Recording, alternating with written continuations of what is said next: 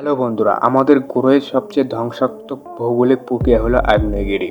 মাটির নিচে থাকা উত্তপ্ত গলিত পাথর, ছাই এবং গ্যাস যে পথে বের হয়ে আসে সেগুলোই মূলত আগ্নেয়গিরি হিসেবে পরিচিত।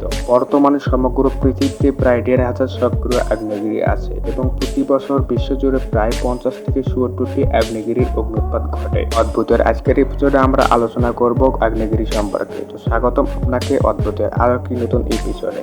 আগ্নেয়গিরি হলো বিশেষ ধরনের পাহাড় যার ভিতরের কোনো ফাটল বা ছিদ্র পথ দিয়ে ভূগর্ভস্থ উত্তপ্ত পদার্থ প্রবল বেগে বেরিয়ে আসে। আগ্নেয়গিরি থেকে ভূগর্ভস্থ পদার্থের নির্গমনকে অগ্ন্যুৎপাত বলা হয়। আগ্নেয়গিরি যে পথ দিয়ে অগ্ন্যুৎপাত ঘটে তাকে বলে জ্বালামুখ। আগ্নেয়গিরি থেকে নির্গত এই সকল পদার্থ জ্বালামুখের চারপাশে জমা হয়ে মোচড় আকৃতি ধারণ করে, তখনই একে আগ্নেয়গিরি বলা হয়। সাধারণত ভূত্বকের কোনো ফাটল কিংবা দুর্বল ছিদ্র পথের নিচে ভূগর্ভস্থ তরল শিলার চাপ বৃদ্ধি পেলে অগ্ন্যুৎপাত ঘটে। ভূ অভ্যন্তরে জমে থাকা তরল শিলাকে বলা হয় ম্যাগমা, আর যে তরল শিলা ভূপৃষ্ঠের বাইরে বেরিয়ে আসে তাকে বলা হয় লাভা। এইসব লাভা ১২৫০ ডিগ্রি সেলসিয়াস পর্যন্ত উত্তপ্ত হতে পারে। অনেক সময় আগ্নেয়গিরি থেকে প্রচন্ড উত্তপ্ত ছাই এবং গ্যাসের মিশ্রণ বেরিয়ে আসে, একে বলা হয় পাইরোক্লাস্টিক ফ্লো। এসব পদার্থ ঘন্টায় প্রায় ১৬০ কিলোমিটার গতিবেগে আগ্নেয়গিরির চারপাশে ছড়িয়ে যেতে পারে। এই প্রবাহ চলার পথে সবকিছু পুড়িয়ে ছাই করে দেয়। এছাড়া অগ্ন্যুৎপাতের ফলে বন্যা, সুনামি এবং ভূমিকম্প তৈরি হতে পারে। আগ্নেয়গিরির জ্বালামুখ থেকে চারিদিকে ৩২ কিলোমিটার পর্যন্ত বিপজ্জনক এলাকা হিসেবে বিবেচিত হয়। বিশ্বব্যাপী প্রায় ৩৫ কোটি লোক সরাসরি আগ্নেয়গিরির বিপদ সীমার মধ্যে বসবাস করে। আগ্নেয়গিরি বিভিন্ন ধরনের হতে পারে।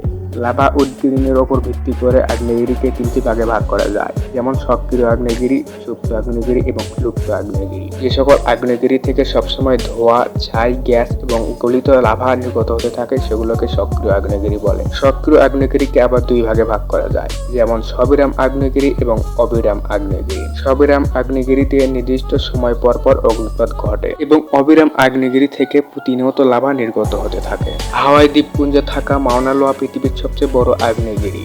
অন্যদিকে যে সকল আগ্নেয়গিরি বর্তমানে সক্রিয় অবস্থায় নেই কিন্তু ভবিষ্যতে লাভা উদগীরণ হওয়ার সম্ভাবনা আছে তাকে সুপ্ত আগ্নেয়গিরি বলে। জাপানের ফুজি পর্বত একটি সুপ্ত আগ্নেয়গিরি এবং লুপ্ত আগ্নেয়গিরি হলো ভবিষ্যতে যে সকল আগ্নেয়গিরির অগ্ন্যুৎপাতের কোনো সম্ভাবনা নেই। তানজানিয়ায় থাকা কিলিমাঞ্জারো পৃথিবীর সবচেয়ে বড় মৃত আগ্নেয়গিরি। কিছু সময় সুপ্ত ও লুপ্ত আগ্নেয়গিরির মুখে পানি জমে হ্রদের সৃষ্টি হয়, একে আগ্নেয়গিরি হ্রদ বলে। ইন্দোনেশিয়ায় পৃথিবীর সবচেয়ে বেশি আগ্নেয়গিরি দেখা যায়। এই দেশে থাকা ১৪৭টি আগ্নেয়গিরির মধ্যে ৭৬টি সক্রিয়। আগ্নেয়গিরির অগ্ন্যুৎপাতের ফলে পৃথিবীর বহু দ্বীপ এবং দ্বীপমালার সৃষ্টি হয়েছে।